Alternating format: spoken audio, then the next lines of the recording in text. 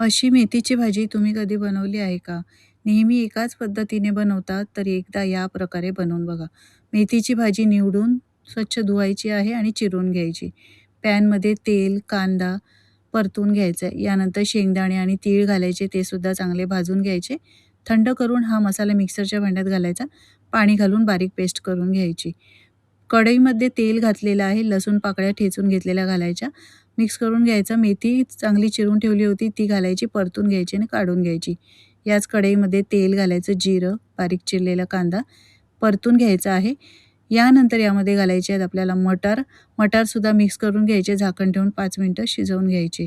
मटार छान शिजलेले आहे. आता घालायचं आहे आपल्याला यामध्ये 1 चमचा आलं, लसूण, मिरची, कोथिंबीरची पेस्ट, बारीक चिरलेले टोमॅटो घालायचे आणि त्यानंतर टोमॅटोसुद्धा चांगले परतून घ्यायचे. घरगुती मसाले घालायचे, मिक्स करून घ्यायचे. चवीप्रमाणे यामध्ये मीठ घालायचं आहे आणि त्यानंतर वाटण केलं होतं आपण शेंगदाणा आणि तिळाचं, ते घालायचं आहे. मिक्स करून घ्यायचं. परतून घेतलेली मेथी घालायची, मिक्स करून घ्यायचं आहे. यानंतर आपल्याला यामध्ये घालायचं आहे गरजेनुसार पाणी. पाणी थोडंच घालायचं, जास्त नाही घालायचं. झाकण ठेवून 5 मिनिटं भाजी शिजवून घ्यायची. 1 चमचा मलाई घालायची. मस्त मेथी मटर मलाई तयार झाली. तुम्ही सुद्धा करून बघा.